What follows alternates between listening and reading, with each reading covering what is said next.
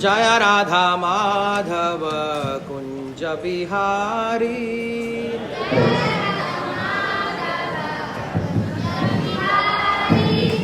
जय राधा माधव कुंज बिहारी।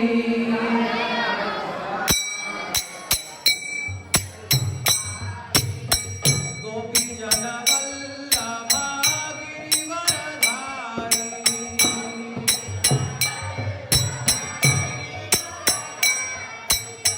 गोपी जन वल्लभ गिरिवरधारी।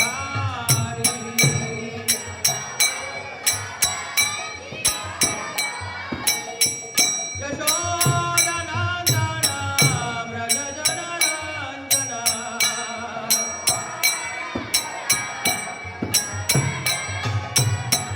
यशोदनंदन व्रज जनरंजन।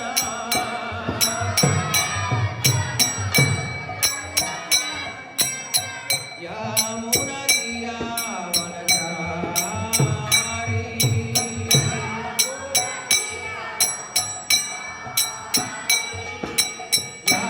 यमुनतिया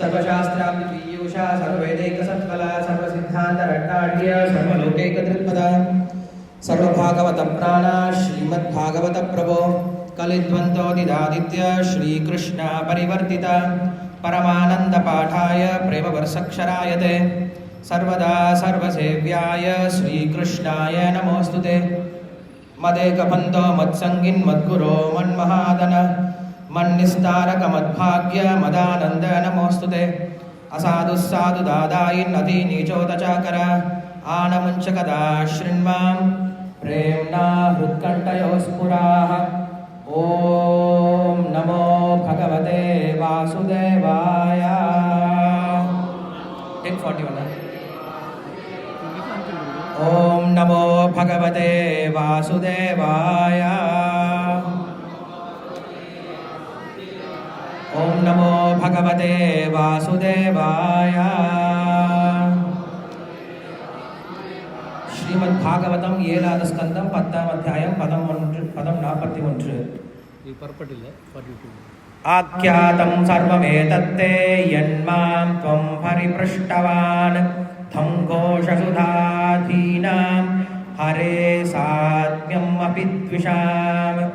Translation: everything you have asked about how Shishupala and others attained salvation, although they were inimical, has now been explained to you by me. Text number 42. एषा ब्रह्मण्यदेवस्य कृष्णस्य च महात्मनः अवतारकथा पुण्या वदो यत्रादिदैत्योः। Translation: in this narration about Krishna, the Supreme Personality of Godhead, various expansions or incarnations of the Lord have been described, and the killing of the two demons, Hiranyakashipu and Hiranyaksha and Hiranyakashipu, has also been described. Purport: avatars or incarnations or expansions of the Supreme Personality of Godhead Krishna.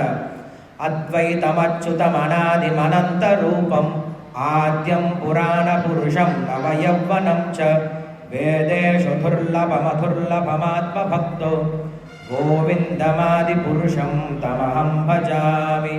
I worship the Supreme Personality of Godhead Govinda, who is the original person, non-dual, infallible, and without beginning. Although he expands into unlimited forms, he is still the original, and although he is the oldest person, he always appears as a fresh youth.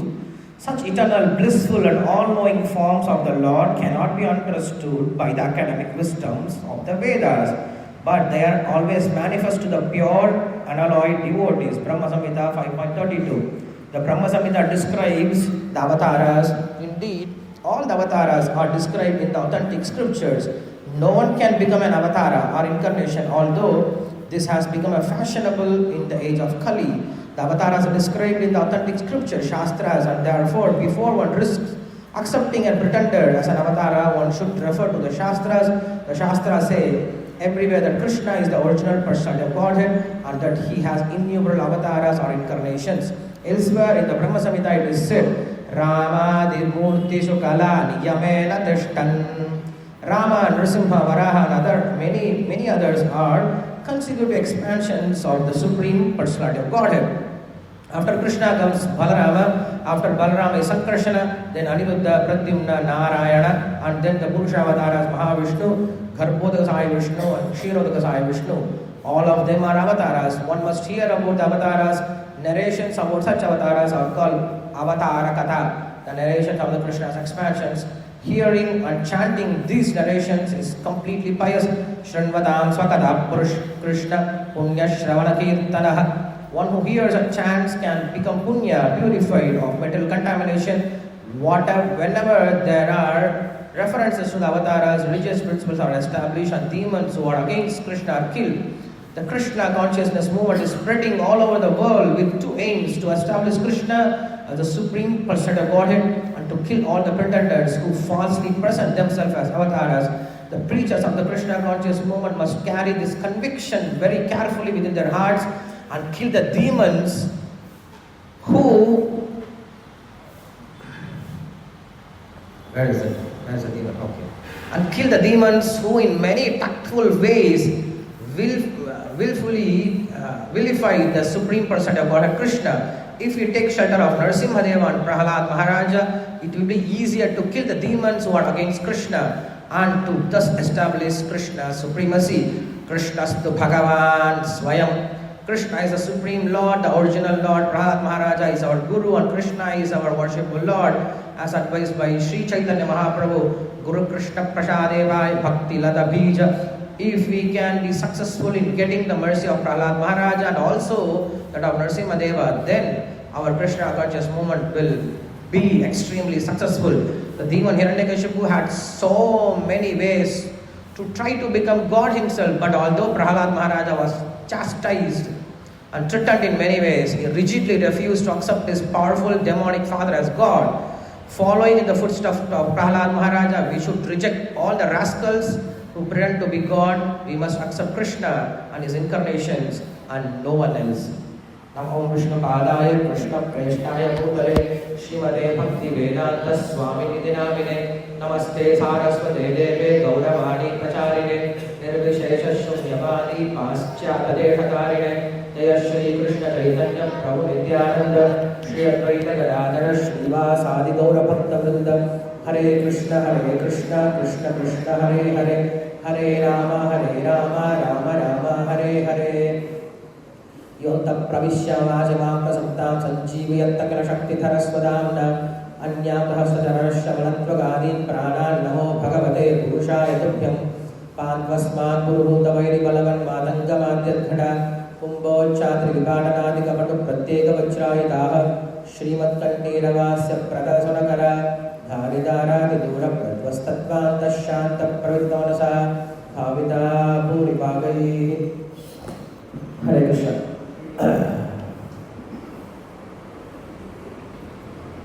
எங்க Vijay கீர்த்தராஜ்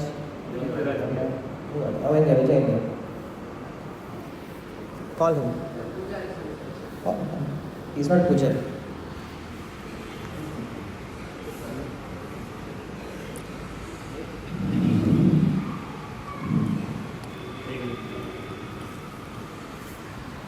so இந்த அத்தியாயமானது இந்த mic எப்போ வேணால் of ஆகிடலாம், அதனால் கொஞ்சம் முன்னாடி வந்துடுங்க, நான் கர்ப்பசத்தமாக பேச முடியாது. இது ஸ்பீக்கர் சார்ஜ் குறைஞ்சி போயிருக்கு. இந்த அத்தியாயமானது இந்த 7ஆம் கந்தத்தினுடைய 10வது அத்தியாயம். இந்த 7வது ஸ்கந்தத்தை 2ஆக பிரிச்சுக்கிறோம். இதான் விஸ்வநாத சக்கரவர்த்தி சொல்லிக் கொடுக்குறார். முதல் 10 அத்தியாயங்கள் ஒரு பார்ட், கடைசி 4 அத்தியாயங்கள் ஒரு பார்ட், 2ஆக பிரிச்சிருக்கார். 7வது ஸ்கந்தம் நம்மளுக்கு என்ன சொல்லிக் கொடுக்குது அப்படின்னா, பக்தி போஷணம் அப்படிங்கிற விஷயம் சொல்லிக் கொடுக்குது. பக்தி ஒருவனுக்கு எப்படி சக்தியை கொடுக்கும், பக்தி ஒருவனுடைய இதயத்தை எப்படி மாற்றும், பக்தி அப்படிங்கிறது ஒருத்தருடைய வாழ்க்கையில் எவ்வளவு தேவை அப்படிங்கிற விஷயம் சொல்லிக் கொடுக்குறது. ஊதக அப்படின்னு சொல்றது பகவான் பக்தனுக்கு எவ்வளவு உதவிகரமாக இருக்கார் அப்படின்னு சொல்லக்கூடிய ஒரு ஸ்கந்தமா இந்த 7வது ஸ்கந்தம் அமைது. 10 முக்கியமான தலைப்புகள் சொல்லப்படுது புராணங்கள்ல. அதுல ஒரு முக்கியமான தலைப்பு அப்படிங்கிறது பகவான் எப்படி பக்த வத்சலனா இருந்து பக்தர்களை பாதுகாக்கிறார் அப்படிங்கிற விஷயம் சொல்லக்கூடியது. கேரண்டி வேணும் இல்லையா எல்லாருக்குமே, எதை ஃபாலோ பண்ணாலும் அப்படின்னு முதல்ல கேரண்டி வேணும். என்ன சார் கேரண்டி, நீங்க என்னை காப்பாத்துங்க, எனக்கு என்ன சார் கேரண்டி அப்படின்னு கொஸ்டின் கேட்கும். அவங்க பகவான் என்ன பண்ணியிருக்காரு இந்த இடத்துல, இந்த 7வது ஸ்கந்தத்துல பகவான் எப்படி பக்தர்களை பாதுகாக்கிறார் அப்படின்னு சொல்லக்கூடிய அத்தியாயம். அதுல குறிப்பா முதல் 10 அத்தியாயங்கள் அப்படிங்கிறது தூய பக்தி தொண்டை பத்தி பேசுறது. ஒருவனுக்கு இயற்கையாகவே பகவான் மேல என்ன இருக்கு, பற்றுதல் இருக்குது. அதற்கு பேர் என்னது, ரூப கோஸ்வாமி கொடுக்கக்கூடிய பேர் என்னது, 2 விதமான பக்திகள் சொல்லப்படுது இல்லையா. நெக்டர் ஆஃப் டிவோஷன் பக்தி ரசாமிரசத்து அப்படின்ற கிரந்தத்துல 2 விதமான பக்தி சொல்லப்படுது. என்ன பக்தி இருக்கு, சாதன பக்தி, ராகானுக பக்தி அப்படின்னு 2 விதமா இருக்கு. சாதன பக்தினா என்னது, சாதன பக்தி அப்படின்னா நமக்கு பிடிக்குதோ பிடிக்கலையோ நம்ம என்ன பண்றோம், குரு சொல்லக்கூடிய கட்டளையை பின்பற்றோம். இது சாதன பக்தி. ஆரம்பத்தில் நமக்கு பக்தியில நமக்கு இன்ட்ரெஸ்ட் இருக்காது. காலையில் எழுந்திரிக்கிறதா இருந்தாலும், ஜபம் பண்றதா இருந்தாலும், பகவானை பற்றி கேட்கறதா இருந்தாலும், பகவானை பற்றி பாடுறதா இருந்தாலும், இது நமக்கு இன்ட்ரெஸ்ட் இருக்காது. ஆனாலும் செய்வோம். ஏன் செய்யறோம், குரு சொல்லி இருக்காரு செய்யறோம். அப்ப நமக்கு யார் மேல அதிக பற்றுதல் இருக்கீங்க, யார் மேல அதிக நம்பிக்கை இருக்கு, குரு மேல நம்பிக்கை இருக்கு. சரிப்பா, பெரியவர் சொல்றார், நல்ல மனுஷன் சொல்றார், அவர் சொன்னா என்ன பண்ணலாம், கண்டிப்பா அதை கடைபிடிக்கலாம் அப்படின்ட்டு அவர் மேல இருக்கக்கூடிய நம்பிக்கையினால நாம் ஏற்றுக்கொண்டு செய்வது பேர் என்ன சொல்றோம்? சாதன பக்தின்னு சொல்லி சொல்றோம்.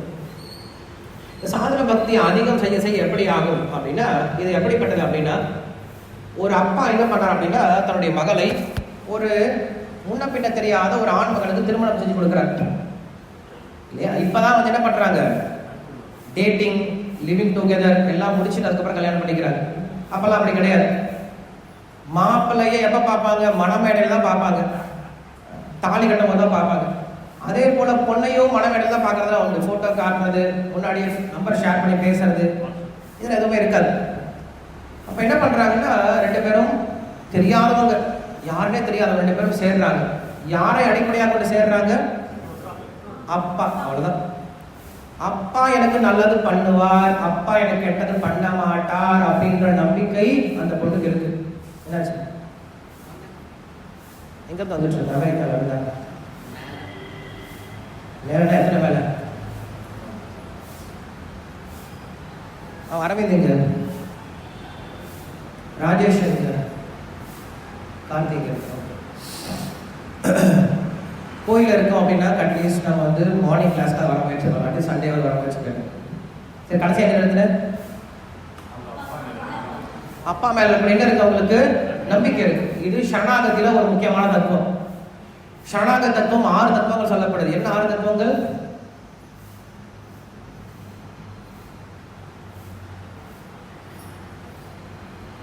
சரணாகதி தத்துவம் 6 தத்துவங்கள் சொல்லப்படுது. என்னது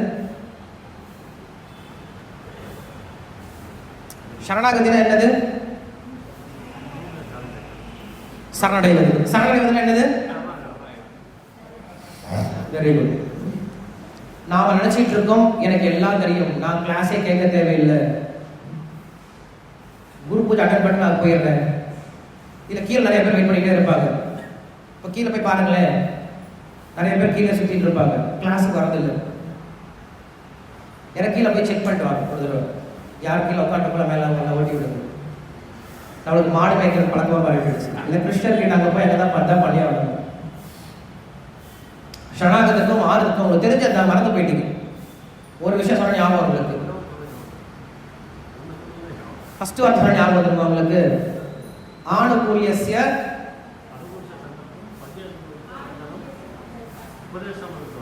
உபதேசாவத்தில் வராது. பகவத்கீதையினுடைய முக்கியமான ஸ்லோகத்துல பக்தி நோட்டாக கொடுக்குறார். ஆணுகூல்ய சங்கல்போ பிராதிகூல்யஸ்ய வர்ஜனம் ரக்ஷிஷ்யசி விஸ்வாசோ கோத்ருப்த வரணம் ததா ஆத்மநிக்ஷேப கார்பண்ய ஷத்வித சரணாகதி அப்படின்னு சொல்ற. இந்த 6மே சரணாகதத்துவம் அப்படின்னு சொல்ற. எந்த 6மே? இந்த 6மே. இதுல 6 என்ன சொல்றார்? முதல் விஷயம் ஆணுகூல்ய சங்கல்பா பிராதிகூல்யஸ்ய வர்ஜனம். 6 நம்ம இப்ப எக்ஸ்பிளைன் பண்ண வேண்டாம். அதுல ஒரு தத்துவம் ரொம்ப முக்கியமான தத்துவம். என்ன அப்படின்னா கோத்ருப்தே வரணம் ததா அப்படின்னு சொல்றார். கோத்ருப்தே வரணம் ததா அப்படின்னா வரணம்னா என்னது? எஸ்எம்ஜியோட இது ஒரு பிரான்ச் வரணம் ஜுவல்லர்ஸ். வர்ணம் வர்ணம் வரம் அப்படின்னா வரன் பெண் மாப்பிள்ளை சொல்லுவோம்ல. கோத்ருப்தே வரணம் ததா அப்படின்னா எப்படி ஒரு தந்தையானவன் முன்ன பின்ன தெரியாத ஒரு ஆண்மகன் கிட்ட தன்னுடைய பெண்ணை கைப்பிடிச்சு கொடுக்கிறானோ, அந்த பெண் என்ன பண்றா? சரணாகதி பண்ணிடுறா. யார்கிட்ட சரணாகதி பண்ணிடுறா? முதல்ல அப்பா கிட்ட சரணாகதி பண்ணிடுறா. அப்பா நீ என்ன சொல்றியா செய்யற, முதல் வார்த்தை அப்பா கிட்ட சரணாகதி. அந்த அப்பா என்ன பண்ணார்? கொண்டு போய் ஒரு ஆண் கிட்ட கொடுத்துறார். அதுக்கப்புறம் அந்த சரணாகதி எங்க மாறிடுது? ஒரு கணவன் கிட்ட மாறிடுது. முதல்ல அந்த ஆண் யாருமே தெரியாது, ஆனா அந்த ஆணுக்கு எல்லா சேவையும் பண்ண ஆரம்பிச்சிருவான். கல்யாணமான முதல் நாள்ல இருந்தே எல்லா சேவையும் பண்ண ஆரம்பிச்சிடணுமா? ஆரம்பிச்சிருவா கிடையாது, ஆரம்பிச்சிடணுமா? அந்த காலத்துல அப்படி இருந்தாங்க. கல்யாணமான உடனே முதல் நாள்ல இருந்து என்ன பண்றாங்க? காலையில எழுந்திரிச்சு அவங்களுக்கு பணிவிட சேர்த்துல இருந்து காலையில எல்லா கணவனுடைய எல்லா கடமைகளையும் எடுத்து இவங்க செய்ய ஆரம்பிச்சிடுறாங்க. அப்படி செய்ய செய்ய என்ன ஆகும் அப்படின்னா பிடிக்கும். ஒரு சில சமயம் ஒரு சில சமயம் பிடிக்காது. ஏன்னா வீட்டில் சுகமா வளர்ந்துட்டாங்கல்ல அப்பா கூட, அங்க போனா சுகமெல்லாம் இருக்க முடியாது, ரொம்ப ஸ்ட்ரிக்டா இருக்கணும். அப்ப பிடிச்சும் பிடிக்காம வேலை செஞ்சுதான் ஆகணும். அப்படி வேலை செய்ய செய்ய செய்ய என்ன தெரியுமா ஆகும்? அந்த வேலை செய்யறதுக்கு ஒரு இன்ஸ்பிரேஷன் வேணும் இல்ல? உற்சாகம் வரணும் இல்லை? அந்த உற்சாகம் எங்கிருந்து வரும்? கணவனுக்கு சேவை செய்யறதுக்கான உற்சாகம் எங்கிருந்து வரும்?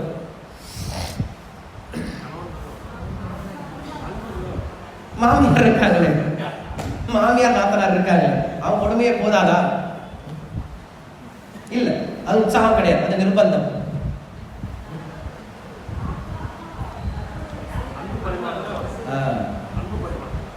நாம் ஒருத்தருக்கு எப்ப சேவை செய்யணும்னு நினைப்போம் அப்படின்னா, அவருடைய குணத்தை பார்க்க பார்க்க நமக்கு என்ன வரும்? ஒரு இன்ட்ரெஸ்ட் வரும், நம்ம அவங்களுக்கு சேவை பண்ணலாம் அப்படின்னு சொல்லிட்டு.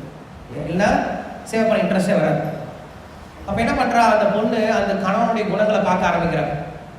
அந்த கணவனுடைய குணங்களை பார்த்து பார்த்து, அப்பா இவரும் நல்லவரா இருக்காரு, அவர் நல்ல மனுஷனா இருக்காரு அப்படின்னு சொல்லி என்ன பண்றா? கொஞ்சம் கொஞ்சமா அவன் மேல பற்றுதல் வர ஆரம்பிக்குது. ஸோ பற்றுதல் எப்படி வர ஆரம்பிக்குது? குணங்களை பார்த்து சேவையினால வருது. பார்த்த உடனே பற்றுதல் வராது, வரவும் கூடாது. அதுக்கு பேர் பற்றுதல் கிடையாது. Love at first sight, divorce at first fight, இல்லையா? அந்த மாதிரி கிடையாது, இல்லையா? பார்த்த உடனே வரதுக்கு பேரு காதல் கிடையாது, இல்லையா? சேவை செய்ய வரதுக்கு பேரு தான் காதல் சொல்லி சொல்றோம், இல்லையா? இப்ப நான் இந்த உதாரணம் ஏன் சொன்னேன் அப்படின்னா, இதுதான் சாதன பக்தி. சாதன பக்தின்றது என்னது? நமக்கும் பகவானுக்கும் பரிச்சயமே கிடையாது. கிருஷ்ணர் யாருடா தெரியாதுங்க. ஏதோ எங்க கோயிலுக்கு வந்தாங்க, ஒருத்தர் கருப்பா நிக்க வச்சிருக்காங்க, ஒரு சிலையை நிக்க வச்சிருக்காங்க, அதான் கிருஷ்ணன் சொல்லி சொல்றாங்க. சரி, கிருஷ்ணர் நீ நேரடியா பார்த்திருக்கியா? இல்லைங்க.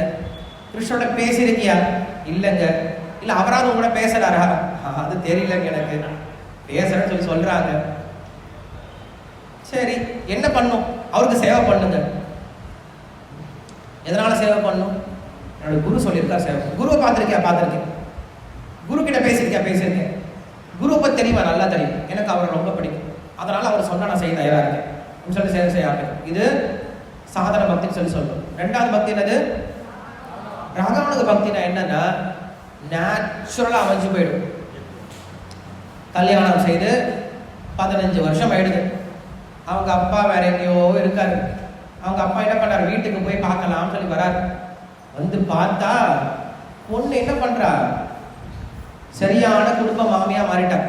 காலையில எந்திரிச்சதுலேருந்து பூஜை பண்றதுலேருந்து கணவனுக்கான எல்லா சேவைகளை செய்யறது, வீட்டுல சமைச்சு வைக்கிறது, நீட்டா போயிட்டு ரொம்ப பீஸ்ஃபுல்லா போயிட்டு இருக்கு. சொல்லவே தேவையில்லை யாருமே. அடுத்து என்ன பண்ணணும் யாருமே சொல்லவே தேவையில்லை. அது மட்டும் ஆட்டோமேட்டிக்கா ஓடிட்டு இருக்கு. இது பார்த்தா ராகானுக பக்தின்னு சொல்லி சொல்றோம். இந்த ராகானுக பக்தி எப்படி வந்தது? சாதன பக்தியை சரியா செய்யும் போது ராகானுக பக்தி வரும். அவ்வளவுதான் விஷயம். நாமும் கிருஷ்ணன் மேல அன்பை வளர்த்துக்கணும் அப்படின்னா இதுதான் செய்யணும். என்ன செய்யணும்? சாதன பக்தியை முதல்ல செய்யணும். யாருடைய கட்டளை கீழே? குருவுடைய கட்டளை கீழே சாதன பக்தி செய்ய ஆரம்பிக்கிறோம். அந்த சாதன பக்தியை செய்ய நமக்கு என்ன வரும்? பகவான் மேல ஒரு பற்றல் வர ஆரம்பிக்கும். அது எப்ப வரும்? அதற்கான கேட்டலிஸ்ட் என்னது? கேட்டலிஸ்ட் சொல்லி சொல்லுவாங்க கெமிக்கல் இண்டஸ்ட்ரியில. ஒரு கெமிக்கல் இருக்கு, இன்னொரு கெமிக்கல் இருக்கு, இது ரெண்டையும் கலப்பாங்க. கலந்தா ரியாக்ஷன் நடக்காது. ரியாக்ஷன் கேட்டலிஸ்ட் ஒன்று யூஸ் பண்ணுவாங்க. அதுபோல நாமருக்கும் பகவான் இருக்காரு. நாம் 2 பேரும் சேர்த்து தான் சேவை பண்ண முயற்சி பண்றோம், பகவானுக்கு சேவை பண்ண முயற்சி பண்றோம். ஆனா அந்த அன்பு தோன்ற மாட்டேங்குது. அந்த அன்பு எப்ப தோன்றும்? பகவானை பற்றிய விஷயங்களை தெரிஞ்சுக்கிறதுனால மட்டும்தான். தெரிஞ்சுக்கிறது கிடையாது, உணர ஆரம்பிக்கணும். தெரிஞ்சுக்கிட்டா பார்த்தாரு. என் கணவன் ரொம்ப நல்லவருங்க, என் கணவன் ரொம்ப பொறுமைசாலிங்க, என் கணவன் எல்லாத்தையும் மறந்து போயிடுவாருங்க, எல்லாத்தையும் மறந்து போயிடுவார் அப்படின்னா நீ கெட்டது பண்ணா மறந்து போயிடுவாரு இல்லையா? அந்த மாதிரி மறந்து போயிடுவார். இப்படி குணங்கள்லாம் கேள்விப்பட்டுக்கலாம். ஆனா அந்த பொண்ணுக்கு எப்ப புரியாது? உணர்ந்தாதான் புரியும் இல்லையா? அது போல நம்ம என்ன பண்ணோம்னா, நமக்கு நிறைய ரியலைசேஷன்ஸ் வேணும். என்ன ரியலைசேஷன்ஸ் வேணும்? பகவானோட நம்முடைய ரியலைசேஷன்ஸ் வேணும். நமக்கும் பகவானுக்கும் இடையில் நிறைய உணர்வுகள் வேணும். அந்த உணர்வுகள் எப்போ வரும் அப்படின்னா, நாம் பகவானை மட்டுமே நம்பி ஏதாவது ஒரு காரியங்களை பண்ணும்போது வரும். வேற யாரும் எதிர்பார்க்காம ரொம்ப கஷ்ட காலத்துல கிருஷ்ணா அப்படின்னு நம்ம நினைச்சு உட்காரோம்ல, உட்காரும் போது அப்ப ஹெல்ப் பண்ணுவார். அப்ப ஹெல்ப் பண்ணும்போது அப்பா கிருஷ்ணன் இருக்காரு அப்படின்னு நமக்கு ஞாபகம் வரும். அதை நோட் பண்ணி வச்சுக்கணும், ஜாக்கிரதை நோட் பண்ணி வச்சுக்கணும். ஏன்னா இந்த மாதிரி விஷயம் சீக்கிரம் மறந்து போயிடும். அதிகம் நடக்காது. நம்ம நல்ல காரியங்கள்லாம் நம்ம வாழ்க்கையில் அதிகம் நடக்காது. அப்போ நடக்கும்போது என்ன பண்ண அப்பப்போ நோட் பண்ணி வச்சுக்கணும். நோட் பண்ணி வச்சுக்கிட்டா நம்மளுக்கு ஞாபகம். இந்த மாதிரி சின்ன சின்ன இன்ஸ்டன்ஸ்லாம் நம்மளுக்கு ஞாபகப்படுத்திட்டே இருக்கும், பகவான் ஞாபகப்படுத்திட்டே இருக்கும். அது ராகானுக பக்தின்னு சொல்லி சொல்லுவோம். சரி, இந்த ராகானுக பக்தியை பற்றி சொல்ல வந்தது தான் இந்த முதல் 10 அத்தியாயங்கள் 7ஆம் ஸ்கந்தத்தில். அதாவது ஒரு பக்தனுக்கு இயற்கையாகவே பகவான் மேல எப்படி பற்றுதல் வரும் அப்படின்னு சொல்லக்கூடிய அத்தியாயம். முதல் 10 அத்தியாயங்கள் யாரை பத்தி பேசுறது? பிரகலாதனை பத்தி பேசுறது. பிரகலாதன் எப்படி இருந்தான் அப்படின்னா கர்ப்பஸ்ரீமான் அப்படின்னு சொல்றாங்க. கர்ப்பஸ்ரீமான்னா யாரு? ஸ்ரீமான்னா யாரு? செல்வந்தன் தான் என்ன சொல்றோம் நம்ம? ஸ்ரீமான் அப்படின்னு சொல்றோம். ரொம்ப செல்வந்தன் ஸ்ரீமான் அப்படின்னு சொல்றோம். ஒரு சிலர் பிறந்ததுக்கு அப்புறம் ரொம்ப கஷ்டப்பட்டு செல்வந்தர் ஆகிறவங்க இருக்காங்க. இன்னும் ஒரு சிலர் எப்படி இருக்காங்க? பிறப்பிலேயே செல்வந்தர்களா இருக்காங்க. சில்வர் ஸ்பூன் இன் தேர் மவுத் அப்படின்னு சொல்லுவாங்க. பிறக்கும் போதே சில்வர் ஸ்பூனோட பிறந்தாங்க அப்படின்னு சொல்லுவாங்க. அப்படின்னு என்ன அர்த்தம்? பிறக்கும் போதே அவன் பெரிய பணக்கார வீட்டில் பிறந்திருக்கா அப்படின்னு அர்த்தம். அப்படி இருக்கும்போது இவன் எப்படி பண்ணா இருக்கானா?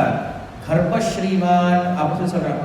இவன் பிறந்ததுக்கு அப்புறம் ஸ்ரீமான் ஆகல. எப்படி ஸ்ரீமான் ஆயிட்டான்? கர்ப்பத்திலே ஸ்ரீமான் ஆயிட்டான். ஏன்னா பகவான் என்ன பண்ணிட்டாரு? கர்ப்பத்தில் அவனுக்கு என்ன கொடுத்துட்டாரு? என்ன கொடுத்தாரு? அவனுக்கு சத்சங்கத்தை கொடுத்தாரு. என்ன கொடுத்தாரு? சத்சங்கத்தை கொடுத்தாரு. உனக்கு எந்த அளவுக்கு சத்சங்கம் கிடைச்சிருக்கோ அந்த அளவு நீ பணக்காரப்பா. உங்க லைஃப்ல நீங்க யோசிச்சு பாருங்க. உங்களுக்கு எத்தனை தூய பக்தர்கள், மூத்த பக்தர்களோட பழகக்கூடிய, பேசக்கூடிய, சேவை செய்யக்கூடிய, கேட்கக்கூடிய வாய்ப்பு கிடைச்சிருக்குன்னு யோசிச்சு பாருங்க. அப்படி லிஸ்ட் போட்டு பார்த்தீங்கன்னா நிறைய பேர் இருந்தீங்கன்னா நீங்க தான் பணக்காரங்க. அப்படி இல்லைன்னா அந்த பணத்தை சம்பாதிக்க ஆரம்பிக்கும். நிறைய பக்தர்களை பார்த்து சந்திச்சு அவங்களோட பேசி அவங்களுக்கு பழகி அவங்களுக்கு சேவை பண்ண முயற்சி பண்ணுங்க. அவங்க கேட்க முயற்சி பண்ணுங்க. இதுதான் கர்ப்பஸ்ரீமான் சொல்லி சொல்லுங்க.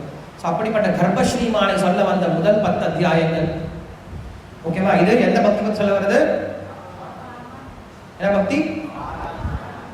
ஸ்ரீராம். என்ன பக்தி? வாய் திறந்து சொல்லு. பகவான் வாயில கொடுத்திருக்காரு, பேசுறதுதான். இந்த மாதிரி விஷயங்கள் பேசுறதுதான். சரி, அடுத்த 4 அத்தியாயங்கள் இருக்கு இல்லையா? இதுல 7ஆம் ஸ்கந்தத்துல அடுத்த 4 அத்தியாயங்களை பார்த்து 4 5 இருக்கும். இருக்கு 5 அத்தியாயம். அடுத்த 5 அத்தியாயங்கள் என்ன பேசும் அப்படின்னா சாதன பக்தியை பத்தி பேசும். சரி, எனக்கு பகவான் மேல இயற்கையாகவே என்ன கிடையாது? பற்றுதல் கிடையாது. அவனை யாராவது கொஞ்சம் குத்துங்களேன், 2 பேரும் சேர்ந்து கொஞ்சம் குத்த சொல்லிட்டு 2 பேர் வச்சு அவனே உடனே கஷ்டப்படுற குத்திக்கிட்டு. நீ குத்துன அவனை வலிக்காது. 2 பேரும் சேர்ந்து குத்துன அவளை இந்த பக்கம் வாங்க, எதிர்ச்சுவா தனியாக கொஞ்சம் கையை காலை எல்லாரும் பீஸ்ஃபுல்லா வச்சு உட்காந்து பார்க்கலாமே. கையை கால் எதுவும் அசைக்காம கூட உட்காந்து கேள்வி பார்க்கலாம். முடியுமான்னு பார்க்கலாம். ஒரு சேலஞ்ச் தான். புழு மாதிரி நெட்டிக்கிட்டே இருக்கிறது. இல்லைன்னா உட்காந்து தூங்கிடும். பார்க்கலாம் எத்தனை பேர் உட்காந்துருக்கீங்க. நான் முன்னாடி கிட்ட சொல்லியிருக்கேன், கதை கேட்கும் போது என்ன சொல்லணும் எல்லாருமே? அப்படின்னு சொல்லணும். அப்படின்னா மலப்பாம்பா தான் பிறக்க போறீங்க. சரியா? சொல்லவே இல்லை. அவர் மறக்கிறீங்களா? இதுக்கு சொல்லணும், எல்லாத்துக்கும் சொல்லக்கூடாது. சரி, அப்ப கடைசி 5 அத்தியாயம் எதை பத்தி பேசுது அப்படின்னா சாதன பக்தியை பத்தி பேசுது. யாராவது பாகவதம் படிச்சுதான் தெரியும். கடைசி 5 அத்தியாயங்கள் எதை பத்தி பேசுது? இல்ல, படிச்சவங்க என்ன சொல்லுவாங்க? படிச்சவங்களுக்கு தெரியும் என்ன பேசுறது. வளராதா? கடைசி 5 அத்தியாயங்கள் எதை பத்தி பேசுது? 7ஆம் ஸ்கந்தத்துல கடைசி 5 அத்தியாயங்கள் வர்ணாசிரம தர்மத்தை பத்தி பேசும். புக் எடுத்து பாருங்க என்ன இருக்கு அப்படின்னு சொல்லிட்டு. வர்ணாசிரம தர்மத்தை பத்தி பேசும். அதாவது பிராமண, கத்திரிய, வைஷ்ய, சூத்ர, பிரம்மச்சாரி, கிரகஸ்த, வானப்பிரஸ்த, சன்னியாச, ஸ்திரீ தர்ம, ஆபத் தர்ம, இந்த தர்மங்கள்லாம் பத்தி பேசும். இந்த தர்மங்களை ஒருவன் செய்ய செய்ய அவன் எப்படி பகவான் மேல கொஞ்சம் கொஞ்சமா பற்றுதலை வளர்த்துக்க முடியும் அப்படின்னு சொல்லக்கூடிய சாதன பக்தியை பத்தி பேசுறதா அடுத்த 5 அத்தியாயங்கள். ஸோ 10ஆவது ஸ்கந்தம் அப்படிங்கிறது இந்த 2 பக்தியை பற்றி பேசக்கூடியது. முதல் 10 அத்தியாயங்கள் ராகானுக பக்தி, கடைசி 5 அத்தியாயங்கள் சாதன பக்தி பற்றி பேசுறது. இப்ப நம்ம எங்க இருக்கோம்? திருப்பாலை இஸ்கான் கோயில் திருப்பல்ல. ஸ்ரீமத் பாகவத்தில் எங்க இருக்கோம்? ராகானுக பக்தியினுடைய இறுதி பகுதியில் இருக்கும். தெரிஞ்சுக்கணும் இல்ல, இந்த ராகானுக பக்தி சொல்லப்பட்ட பிரகலாத மகாராஜோட குணங்களை பற்றி தெரிஞ்சுக்கணும் இல்லை? ஏன்னா நம்ம எல்லாருக்கும் எப்படி ஆகணும் ஆசை? எந்த பக்தர் ஆகணும் ஆசை? ராகானுக பக்தர் ஆகணும் அப்படின்னு ஆசை. சாதன பக்தராகவே இருக்கக்கூடாது, நம்ம ராகானுக பக்திக்கு வரணும் இல்லையா? அந்த ராகானுக பக்தியுடைய இந்த பிரகலாத மகாராஜன் எப்படி இருந்தார் அப்படின்னு நம்ம தெரிஞ்சுக்கணும். அது தெரிஞ்சுக்கிறதுக்கான ஒரு வாய்ப்பை நம்ம எடுத்துக்கலாம். நான் இந்த கடைசி அத்தியாயத்தினுடைய முக்கியமான விஷயத்தை மட்டும் படிக்கிறேன். இந்த அத்தியாயம் எப்படி ஆரம்பிக்குது அப்படின்னா, நாரத நாரதர் சொல்றாரு, இந்த மாதிரி பகவான் சாந்தமாயிட்டார், நரசிம்மர் சாந்தமாயிட்டார். சாந்தமானதுக்கு அப்புறம் அந்த பக்தனை டெஸ்ட் பண்றாரு. யார் டெஸ்ட் பண்றது? நரசிம்மர் டெஸ்ட் பண்றாரு. என்ன டெஸ்ட் பண்றாரு? பிரகலாதா, உனக்கு என்னப்பா வரம் வேணும் அப்படின்னு கேட்கிறாரு. வரம் வேணும்னு கேட்டவுடனே ஒரு லிஸ்ட் ஜோப்லேருந்து எடுத்து இதுதான் காத்துட்டு இருந்தேன், எப்போ கேட்பீங்களோன்ட்டு கடற்கடை லிஸ்ட்டு படிக்கவே இல்லை. அவன் இடத்துல பண்ணா பகவானை திட்டான். பகவானே திட்டான். பக்தர்களுக்கு அது சகஜம். என்ன தெரியுமா சொன்னா, என்ன வியாபாரம் நினைச்சிட்டீங்களா நீங்க? தேவாகா வணிகாக அப்படின்னு சொல்ல. ஏன்னா தேவர்கள் நினைச்சிட்டீங்களா?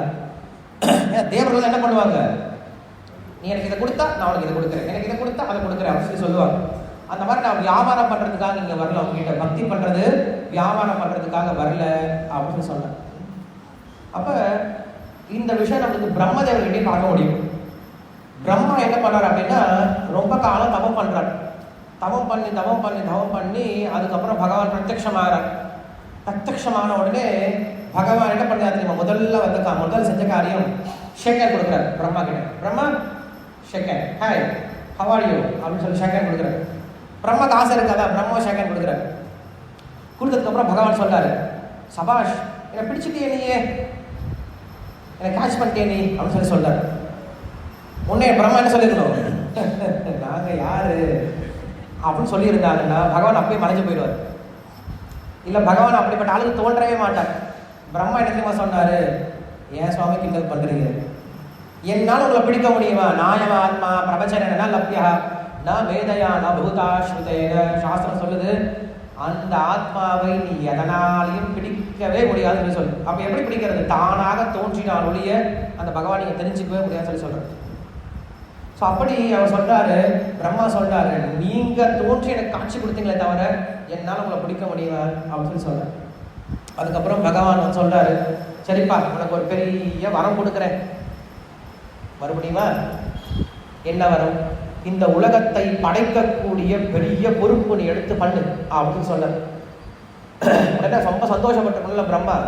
அவர் எடுத்துமா சொன்னாரு, மறுபடியும் என்னை ஏன் மாட்டி வர்றீங்க? எனக்கு இப்போதான் உங்களுடைய காட்சி கிடைச்சிருக்கு, உங்களுக்கு தரிசனம் இப்போதான் கிடைச்சிருக்கு. நான் மறுபடியும் மாயில கொண்டு போய் தள்ளாதீங்க, நான் எப்பயும் உங்களுடைய சேவையிலே இருக்கணும் அப்படின்னு நினைக்கிறேன் அப்படின்னு சொல்றேன். அதுதான் நானும் சொல்றேன்ப்பா, எனக்கு சேவை பண்ணுங்கப்பா அப்படின்னு சொல்லிட்டேன். அங்கேயும் நம்ம அதை பார்க்க முடியும், இங்கேயும் அதான் பார்க்குறாரு. பிரகலாத் மகாராஜன் என்ன சொல்றாரு அப்படின்னா, பகவானே எனக்கு எந்த வரமும் வேண்டாம், வரம் இனிமேல கேட்காத வரம் ஒன்று கொடுங்க, உங்ககிட்ட வரம் கேட்கக்கூடிய நிலைமை வராமல் என்னை பார்த்துக்கோங்க, அதுதான் நீ கொடுக்கக்கூடிய பெரிய வரம் அப்படின்னு சொல்லிட்டாரு. இது யார் சொன்னது? இந்த மாதிரி ஒரு விஷயத்த குச்சேலன்னு சொன்னார். எனக்கு பெரிய வரம் என்ன தெரியுமா சுவாமி? உங்களை மறக்காம இருக்கிறதா எனக்கு பெரிய வரம் அப்படின்னு சொல்லி சொன்னார். அதே போல அர்ஜுனனும் சொன்னான். 2 பேர் வரம் கேட்க வந்தாங்க, துரியோதனும் அர்ஜுனனும் வரம் கேட்க வந்தாங்க கிருஷ்ணன்கிட்ட. கிருஷ்ணா நீங்க ஹெல்ப் பண்ணுங்க, சண்டைக்கு ஹெல்ப் பண்ணுங்க சொல்லி வந்தாங்க. அப்போ துரியோதன வரத்தை வாங்கிட்டு போயிட்டாங்க. அப்போ அர்ஜுனன் கிட்ட கிருஷ்ணன் சொன்னான், ஏடா வரம் கேட்டு வாங்க வேண்டியதாண்டா, முட்டா பையன் மாதிரி இருக்கு, என்ன கேட்ட எடா பிரயோஜனம் அப்படின்னு சொன்னேன். கிருஷ்ணன் எனக்கு தெரியுமா ஆசை, நீ உட்காந்து வேடிக்கை பார்க்க நான் சண்டை போகணும் இல்லையா, அதுதான் என்னுடைய வரம் அப்படின்னு சொல்லி சொன்னேன். அப்படின்னு என்ன தெரியுமா அர்த்தம்? ஒரு பெரிய நபர் முன்னாடி நாம் பர்ஃபார்ம் பண்ணி காட்டுறதுதான் பெரிய விஷயம் இல்லையா? எப்பயுமே இந்த பெரிய மனுஷன் தான் பர்ஃபார்மன்ஸ் காட்டிகிட்டே இருப்பாங்க. ஆனால் அவரை உட்கார வச்சு அவருக்கு முன்னாடி நம்ம பர்ஃபார்மன்ஸ் செஞ்சு காட்டணும் அப்படின்னு அது ஒரு சந்தோஷம். யாருக்கு? செய்யறவருக்கு ஒரு சந்தோஷம். அதே போல் அந்த பெரிய நபருக்கு சந்தோஷமாக இருக்கும். ஏன்னா அப்பப்போ என்ன பண்ணுவாருன்னா, பிரபுபாதர் இருக்காரு இல்லையா, அவர் என்ன பண்ணுவாருன்னா தன்னுடைய சிஷ்யர்களுடைய கிளாஸில் உட்காந்து கேட்பார். ஒரு சில சமயம் பயமாக இருக்கும், சிஷ்யர்களுக்கு பயமாக இருக்கும், ஐயோ பிரபுபாதர் உட்காந்து கிளாஸ் கேட்குறாருன்னு பயமாக இருக்கும். ஆனால் சந்தோஷமாகவும் இருக்கும். சரி, பிரபுபாதர் உட்காந்து கேட்குறாரு, அப்படின்னா நம்முடைய கிளாஸில் ஏதோ விஷயம் இருக்குன்னு உட்காந்து கேட்குறாரு, நம்ம மேலே அன்போடு கேட்குறாரு அப்படின்னு ஒரு ஆசை இருக்கும். இப்போ பிரபுபாதருக்கு எப்படி இருக்கும் சிஷ்யரோட கிளாஸ் கேட்கும்போது? சந்தோஷமா இருக்கும். என்ன சந்தோஷமா இருக்கும்? பரவாயில்ல, பசங்க கற்றுக்கிட்டாரு, இனிமேல் பசங்க பார்த்துப்பாங்க இல்லையா? தன் மகனை சான்றோன் என கேட்ட தாய் ஈன்ற பொழுதிலும் பெரிதுவக்கும் தன் மகனை சான்றோன் என கேட்ட தாய். அப்படி இருக்குமா? அது போல சரி, நம்ம எங்கே போகிறோம்? அது போல இங்கே என்ன சொல்லிட்டாரு அப்படின்னா, பிரகலாத மகாராஜ் கேட்ட உடனே, நரசிம்மர் கேட்ட உடனே பிரகலாத மகாராஜ் சொல்லிட்டாரு, எனக்கு எதுவுமே வேண்டாம், இந்த உலகத்தில் எனக்கு எந்த விதமான வரவும் வேண்டாம், என்னை வந்து ஏமாத்தாது, என்னை உசுப்பேற்ற விடாது, நீங்கள் தான் எனக்கு எடுக்கிறது. சும்மா வரத்தை கொடுக்குறேன், வரத்தை கொடுத்துட்டு அப்புறம் என்னை போட்டு மறுபடியும் அடிக்கிறது, எனக்கு வரவே வேண்டாம், என்னை ஏமாத்தாதீங்க அப்படின்னு சொல்லி சொல்கிறேன். அப்புறம் சொல்கிறாரு, ஒரு உண்மையான சேவகன் எப்படி தெரியுமா இருக்கணும் சொல்கிறாரு. என் சர்வன், ரொம்ப அழகான ஸ்லோகங்கள்லாம் வருது இது. அசனா சோனவைபப்ருத்யஹ ஸ்வாமின் ஆசிஷ ஆத்மனஹ ந Swami ப்ருத்யதி ஸ்வாம்யம் இச்சோ யோரதி சாசிஷஹ. A servant who desires material profits from his master is certainly not a qualified servant or a pure devotee. Similarly, a master who bestows benedictions upon his servant because of a desire to maintain a prestigious position as a master is also not a pure master. ரொம்ப அழகான தத்துவம் சொல்லி கொடுக்குறாரு. என்ன சொன்னார்? இப்போ யார் சேவகன் அப்படின்னா, முதலாளி ஏதாவது பண்ணுவார், முதலாளி ஏதாவது கொடுப்பாரு, முதலாளி ஏதாவது பண்ணுவார் நினச்சிட்டு சேவை பண்ணானா அவன் என்ன கிடையாது, சேவகனே கிடையாது. எனக்கு முதலாளி கொடுக்குறாரோ இல்லையோ, எனக்கு அவர் தான் முதலாளி, நான் நல்லா சேவை பண்ணிட்டு அப்படின்ற குணத்தோடு சேவை பண்ணுவான். அதே போல் முதலாளியும் அப்பப்போ கொஞ்சம் ரொட்டி துண்டு மாதிரி ஏதாவது எனக்கு போட்டே இருந்தால் என்ன பண்ணுவான், நமக்கு விசுவாசமாக இருப்பான், இல்லை வேற எங்கேயாவது போய் நாய் அப்படின்னு சொல்லிட்டு அப்போ கொஞ்சம் கொஞ்சமாக தூக்கி போடுறது. அப்படி போட்டால் அவன் முதலாளி கிடையாது. முதலாளி சம்பளமே கொடுக்கக்கூடாது, ஆனால் தொழிலாளி சேவை பண்ணிக்கிட்டே இருக்கணும். இதுதான் முதலாளி தொழிலாளித்துவம். யாராவது ஒத்துப்பாங்களா? அடிச்சுட்டு போயிடுவாங்க இல்லையா? ஆனால் பிரபுபாதர்கிட்ட அப்படிதான் இருந்தாங்க. முதலாளி சம்பளமே கொடுக்க மாட்டார், ஆனால் தொழிலாளிங்க அவரை விட்டுட்டும் போகவே மாட்டார், அவர் கூடயே இருந்துட்டு இருந்தார். இப்படிப்பட்ட ஒரு குணம் வளர்த்துக்கணுமா முதலாளி தொழிலாளி கூட. கிளாஸ் 8 மணிக்கு ஓகே அப்படி சொல்லும்போது பகவான் சொல்றாரு, சரிப்பா உனக்கு ஒன்று வேணாம்னு சொல்லிட்டா ரொம்ப சந்தோஷம் அப்படின்னு சொல்லி முடிச்சுட்டாரு. முடிச்ச உடனே பிரகலாத் மகாராஜனுக்கு சின்ன விஷயம் உறுத்துது, அவர் மனசில் உறுத்துது. பகவானே வழியை வந்து கொடுக்குறேன்னு சொல்லி சொன்னார், நம்ம வேற பெரிய ஆளு மாதிரி வேறான்னு சொல்லிட்டோம், ஒரு மாதிரி வாங்கியிருக்கலாமோ. அப்போ நம்மளுக்கு யோசிக்க தோணும். வெளில வந்து வேணாம்னு சொல்லிடுவோம். பிரசாதம் கொடுத்துட்டு இருந்தாங்க, 2 பூரி கொடுத்தாங்க, பூரி சாப்பிட்டோம், நல்லா இருந்துச்சு. மறுபடியும் கேட்கலாமா வேண்டாமா கூச்சம், ஐயோ கேட்டால் எனக்கு பாருங்க. அப்போ பெருசாக பிகு பண்ணுறதுனால நான் போகுது ரொம்ப நாட்டுக்காரன் டயட்டில் இருக்கேன், இதில் வேறு நிறைய பேர் டயட்டில் இருக்கேன்னு சொல்லிட்டு வேண்டாம். அப்புறம் பூரியை பார்த்தா ஐயோ பூரி குருமா இருக்குது, பூரி சப்ஜி இருக்குது, ஏன் இந்த வேஷம், கேட்கலாமா வேண்டாமான்னு சொல்லிட்டு. அதுபோல் பிரகலாதனுக்கு ஒரு சின்ன நப்பாசை, ஏன்னா பகவானே கேட்குறாரு ஏதாவது வாங்கிக்கோன்னு சொல்லிட்டு. ஸோ வாங்காமல் இருந்தால் அவன் முட்டாள்கள் எதுவும் கிடையாது. அப்போ அவன் கேட்குறான், அவன் ஒரு விஷயம் கொடுங்க அப்படின்னு சொல்லி சொல்கிறான்.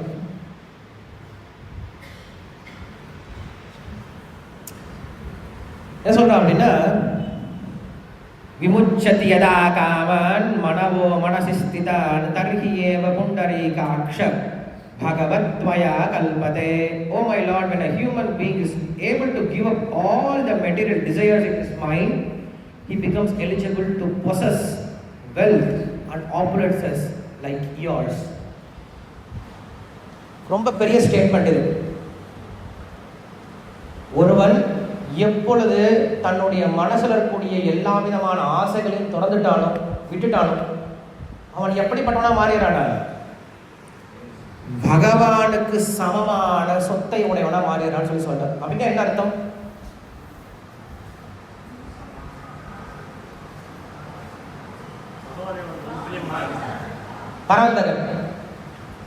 பராந்தகன் என்ன பண்றான் அப்படின்னா, திடீர்னு வீட்டை ஓடி போயிட்டான்.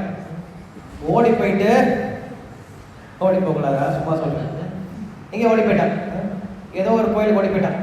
ஓடி போயிட்டு நான் சுதந்திரமாக ஜாலியாக இருக்கேன்னு சொல்லி ஓடி போயிட்டேன். ஓடி போனது படம் தெரியுது, சுதந்திரமாக தான் ஜாலியெல்லாம் இருக்க முடியாது, பசிக்கும், பயிரன்னு ஒன்று இருக்குது, பசிக்குதுன்னு சொல்லிட்டு என்ன பண்ணுறது தெரியல. அப்போ ரோட்டு வரமாக உட்காந்து அம்மா தாயன் மிச்சம் எடுத்துகிட்டு இருந்தாங்க இல்லையா. அவங்க இவனை பார்த்து சரி பையன் பசிக்குதுன்னு சொல்லிட்டு சாப்பாடு கொடுக்க ஆரம்பித்தாங்க. அப்புறம் அவங்களோட சேர ஆரம்பிச்சுட்டு அவங்களே வாழ்ந்துட்டு இருக்காங்க.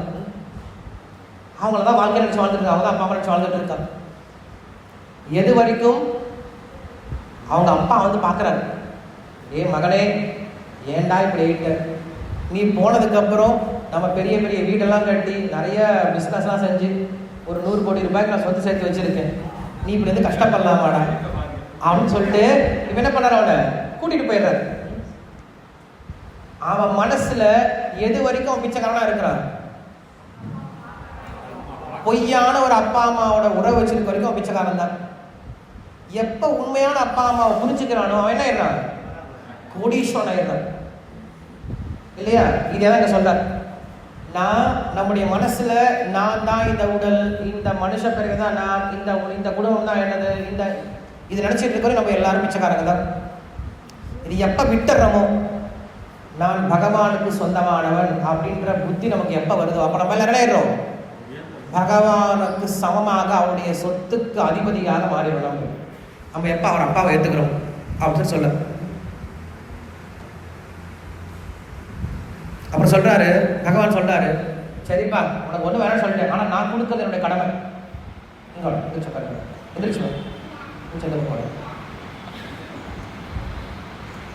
கொஞ்சம் விருதம் கிடைக்காது. அதுக்கப்புறம் பகவான் சொன்னாரு, சரிப்பா இப்ப நான் உனக்கு ஒரு வரம் கொடுக்குறேன் சொல்லிட்டு என்ன பண்ணாருன்னா, இந்த உலகத்துல எத்தனை காலம், ஒரு காலம் குறிப்பிட்ட காலம் சொல்றாரு, உன்னுடைய ஆயுள் முடிகிற வரைக்கும் என்ன பண்ண, பெரிய ராஜாங்கத்தை நல்லா அனுபவிச்சுட்டு அதுக்கப்புறம் என்கிட்ட வந்து சேரு அப்படின்னு சொல்லிட்டு வரம் கொடுக்குறாரு. இந்த வரம் எப்படிப்பட்ட வரம் அப்படின்னா, பகவானை பார்த்து நமக்கு ஒரு விஷயத்தை கொடுக்குறாரு அப்படின்னா அது பௌதிகமானது கிடையாது. நல்லா புரிஞ்சுக்கணும். பகவான் என்ன பண்ணுவார் அப்படின்னா, முதல்ல நான் பக்திக்கு வந்த புதுசுல நம்ம கிட்ட இருக்க எல்லாத்தையும் எடுத்துடுவார். எடுக்கிறதா என்ன அர்த்தம், மாயினால கர்மத்தினால் நமக்கு கொடுக்கப்பட்ட எல்லா செலுத்தையும் முதல்ல எடுத்துறாரு, நிர்மூலமாக்கிறார், பிச்சைக்காரனா நடுத்தரில் நிறுத்திடுறார். அப்ப நமக்கு என்ன வரும், முழு சரணாகதி வரும், கிருஷ்ணா நீ தாண்டா அப்படின்னு சொல்லிட்டு வரும். அதுக்கப்புறம் புதுசா கொடுக்க ஆரம்பிக்கிறார், அவருடைய செல்வத்தை கொடுக்க ஆரம்பிக்கிறார். ரெண்டும் மிக்ஸ் பண்ண முடியாது. பௌதிக செல்வத்தையும் ஆன்மீக செல்வத்தையும் நம்ம என்ன பண்ண முடியாது, மிக்ஸ் பண்ண முடியாது. அப்ப முதல்ல பௌதிக செல்வத்திலேருந்து எடுத்துடுறாரு, நம்ம கர்ம வினையினால வரக்கூடிய செல்வத்தில் எடுத்துடுறாரு. அதுக்கப்புறம் நம்ம எப்போ தூய்மையா இருக்கமோ அதுக்கப்புறம் ஆன்மீக செல்வத்தை கொடுக்க ஆரம்பிக்கிறார். அதுக்கப்புறம் வரக்கூடிய ஆன்மீக செல்வம் உங்களை பந்தப்படுத்தாது, அது உங்களுக்கு பக்திக்கு உதவிகரமா இருக்கும். எப்படி துருவனுக்கு கொடுத்ததை போல, பிரகலாதனுக்கு கொடுத்தது போல, அம்பரீஷ் மகாராஜனுக்கு கொடுத்தது போல, அர்ஜுனனுக்கு கொடுத்தது போல, பிரம்மாவுக்கு கொடுத்தது போல, கபிலமுனிக்கு கர்தம ரிஷி கொடுத்தது போல. கர்தம ரிஷி என்ன கொடுத்தாரு, தேவபுத்தி கொடுத்தாரு இல்லையா. அவர் நினைச்சார் கல்யாணம் பண்ணா மாயை அப்படின்னு சொல்லிட்டு. ஆனா இந்த பெண்ணை கொடுத்ததே யாருதான், பகவான் தான் கொடுத்துருக்காரு. அப்ப அது மாயா இருக்காது. பகவான் கொடுத்தாருன்னா அது என்ன கிடையாது, மாயா இருக்காது. அது நமக்கு பக்திக்கு உதவிகரமா இருக்கும். அப்படி பகவான் பார்த்து நமக்கு செல்வத்தை கொடுத்தாருன்னா அது உதவிகரமா இருக்கும். அது எப்ப கிடைக்கும் அப்படின்னு சொல்லி சொல்றாரு. அது சொல்லி முடிச்சுட்டு அதுக்கப்புறம் பிரகலாத் மகாராஜ் சொல்றாரு, சுவாமி எனக்கு இன்னும் ஒண்ணு வேணும். இப்பதான் அவருக்கு புத்தி வந்துருச்சு. என்ன புத்தி வந்துருச்சு இப்ப அவருக்கு, ஆன்மீக புத்தி வந்துடுது. இது வரைக்கும் வேணாம்னு சொல்லி சொன்னாரு. இப்ப பகவான் ஒரு செல்வத்தை கொடுத்துட்டாரு, நல்ல செல்வத்தோட வாழப்பா அப்படின்னு சொல்லி கொடுத்துட்டாரு. இப்ப அவர் புத்தி என்ன ஆயிடுச்சு, முழுக்க முழுக்க ஆன்மீக புத்தியா மாறிடுச்சு. அவர் எப்பயும் ஆன்மீகத்தில் தான் இருக்கார். பட் இருந்தாலும் இந்த இடத்துல ஆன்மீக செல்வத்தை பெற்ற உடனே அவருக்கு உடனே ஒரு ஆசை வந்துடுச்சு, பெரிய ஆசை வந்துடுச்சு. ஒரு பக்தனுக்கு என்ன பெரிய ஆசையா இருக்கும்,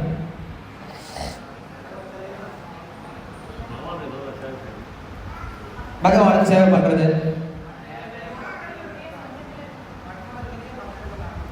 மற்றவர்களையும் பக்தர்களாக்கணும். நீங்க சொல்லாதீங்க, பக்தருடைய சங்கத்தில் இருக்கு. கரெக்ட்.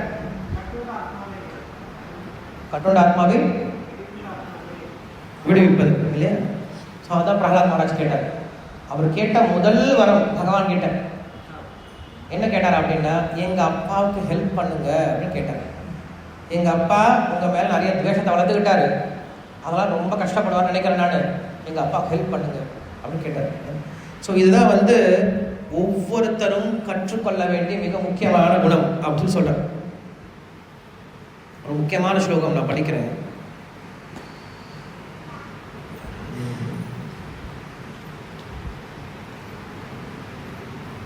ஒரு ஸ்லோகம் கத்துக்கிட்டீங்க அப்படின்னா பக்தனுடைய குணத்தை கத்துக்கலாம்.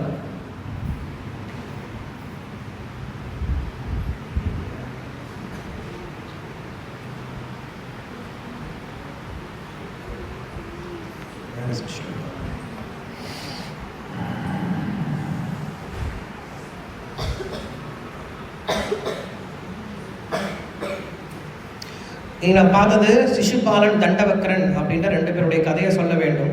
சிசுபாலன கதை உங்க எல்லாருக்கும் தெரியும். தண்டவக்கரனோட கதையை உங்களுக்கு தெரியும் நினைக்கிறேன். தந்தனா தெரியும், அவன் பேர் தண்ட கிடையாது, தந்தவக்கரன். தந்தனா என்னது? தந்த மஞ்சள் இல்லையா? தந்த வக்கரம்னா என்னது? கோணமாலாம் இருக்கிறது. ஸோ யார் ஒருத்தனுடைய பல்லு கோணமாலாம் இருக்கும், ரொம்ப பெரிய பெரிய கோணமான பல்லு இருக்கும், அவன் பேர் தந்தவக்கரன். அவன் யாரு அப்படின்னா கிருஷ்ணனுடைய அத்தை பையன். குந்தி எப்படி ஒரு அத்தையோ அதே போல ஸ்ருததேவி அப்படின்னு ஒரு அத்தை குந்தி கிருஷ்ணருக்கு. அந்த அத்தை பையன் தான் யாரு? தந்தவக்கரன்.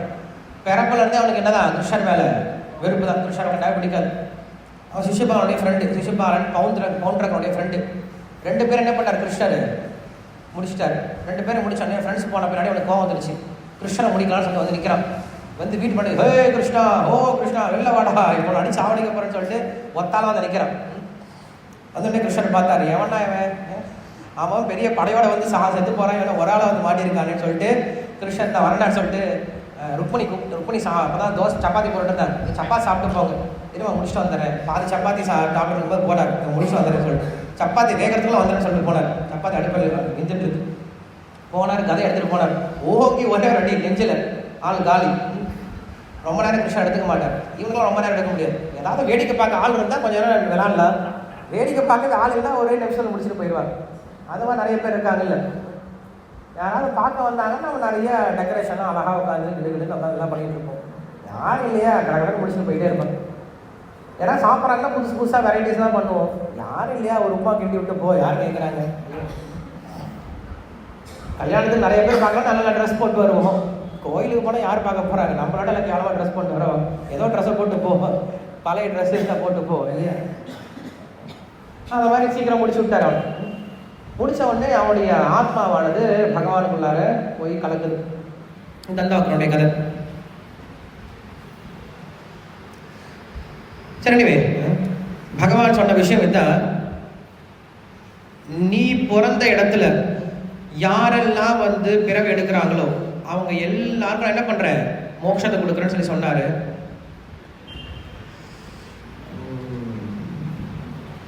ஸ்லோகம் எனக்கு கிடைக்கலையே.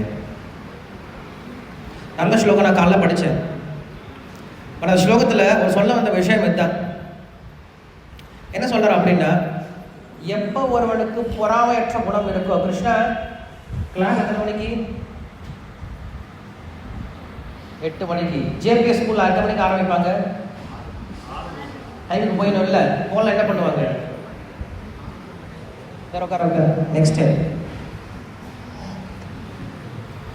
அவர் சொல்ல வந்த விஷயம் என்ன, யார் ஒருவனுக்கு பொறாமையற்ற குணம் இருக்கோ அந்த குணம் ஒன்றுதான் பகவானுக்கு ரொம்ப பிடித்த குணம் சொல்லி சொல்ல.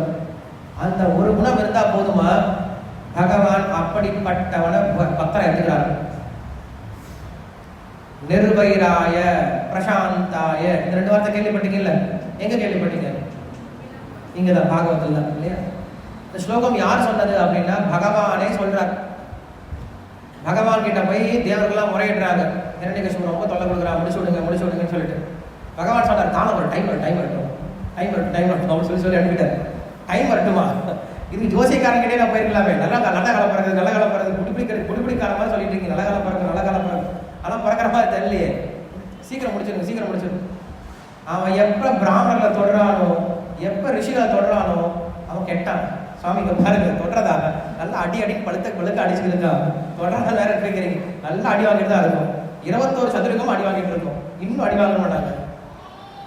அதுவும் வேலைக்கு ஆகும். அப்பதான் கடைசியில் சொன்னார், அவன் எப்ப பிரகலாதனை தொடரானோ அவன் முடிஞ்சான் அப்படின்னு சொல்றான். பாதி முட்டாளுங்க சிரிச்சுட்டு போயிட்டாங்க. அப்பா எப்படியோ ஒருத்தன் முடிஞ்சா சரி சொல்லி சிரிச்சுட்டு போயிட்டார். இன்னும் கொஞ்சம் புத்திசாலி தான் யோசிச்சாங்க. என்ன யோசிச்சாங்க? அது என்னது, பிரகலாத மகாராஜா தொட்டா மட்டும் நீங்க நடிப்பீங்களா? அப்ப நாங்கெல்லாம் பாவம் இல்லையா அப்படின்னு சொல்லி கொஸ்டின் கேட்கிறாங்க. நாங்கெல்லாம் பக்தர்கள் இல்லையா? நம்மளாம் என்ன பண்ணுவோம், ரொம்ப தைரியமா கேட்டுருவோம். ரொம்ப நாங்களாம் டிவோட்டி இல்லையா? ரொம்ப தைரியமா கேட்டுருவோம். இல்லை சீனியர் டிவோட்டி லிஸ்ட்ல நம்ம எல்லாம் சேர்த்துக்கணும். நம்மளே மாயாப்பூர்ல பரிக்கிரமா நடக்கிற இடத்துல காமன் டாய்லெட் பாத்ரூம் இருக்கும். காலைல கூட்டமா நிற்கும், எல்லாம் லைன்ல நின்று இருப்பாங்க. இடிச்சுட்டு இருக்காங்க, கதவை திறக்க மாட்டேங்கிறாங்க. இருக்கவர் வெளியிட்டு கத்துறாரு, இவர் ரிபோல் ப்ராப்பா டிசைபிள் ஹியர் உள்ள இருந்து அவர் சொன்னார், ஐ அம் ஆல்சோ ப்ராப்பா டிசைபிள். எங்கெல்லாம் சீனியர் டிவோட்டியை காட்டிக்கணும் அப்படின்னு விவசாயம் எல்லாம் போயிடுச்சு. சீனியர் டிவோட்டிப்பா நம்ம நிறைய தடவை வெக்கம் எல்லாம் சொல்லிக்கிறோம். நானும் சீனியர் டிவோட்டி தான். 2-3 ஸ்லோகம் தெரிஞ்சுக்கிட்டு கொஞ்சம் காலம் தீட்சை வாங்கிட்டு ஏதோ அங்கே உருட்டிட்டு தான் நம்ம சீனியர் டிவோட்டி அவன் நினச்சிக்கிறோம். ரொம்ப பெரிய பெரிய வார்த்தை அது. எதற்காக சொல்ல வந்தது?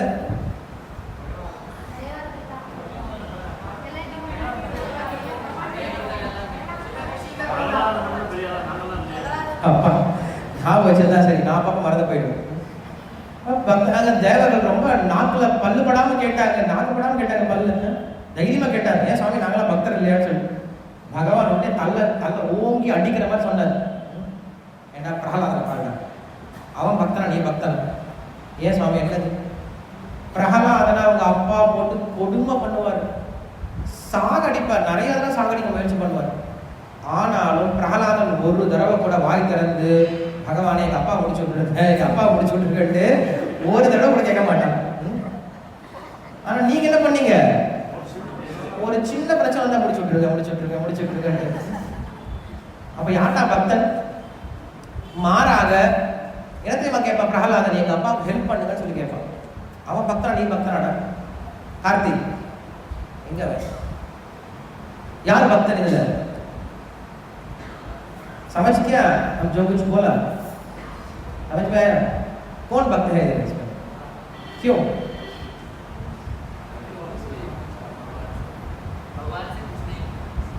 नहीं अब पूरा रॉन्ग है अब सुबह फास्टिंग करना है क्या बोला इसलिए क्लास सुनना है प्रहलाद महाराज क्यों श्रेष्ठ है इसका क्या गुण श्रेष्ठ है अभी अभी बोला इनका आपका सामने कौन है आपका सामने कौन है अरे आपका सामने ये कौन है हिंदी தெரியல ஏன் ஹிந்தி புரியல உனக்கு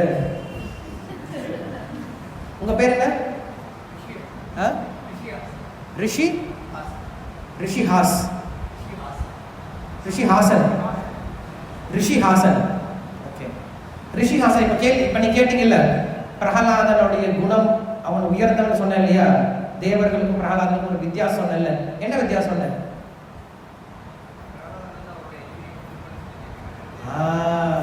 वेरी गुड इनको बोलो और सॉरी बोलो क्या बोला एनिमी யாருங்க நானா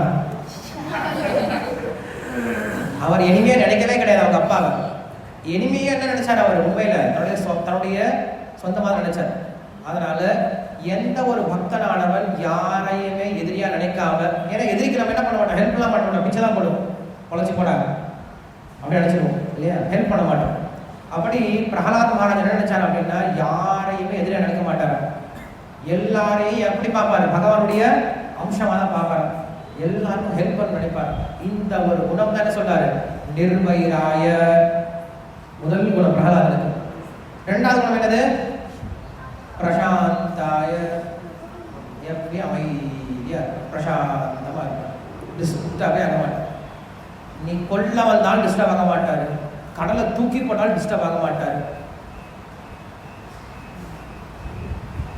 ஏன்டா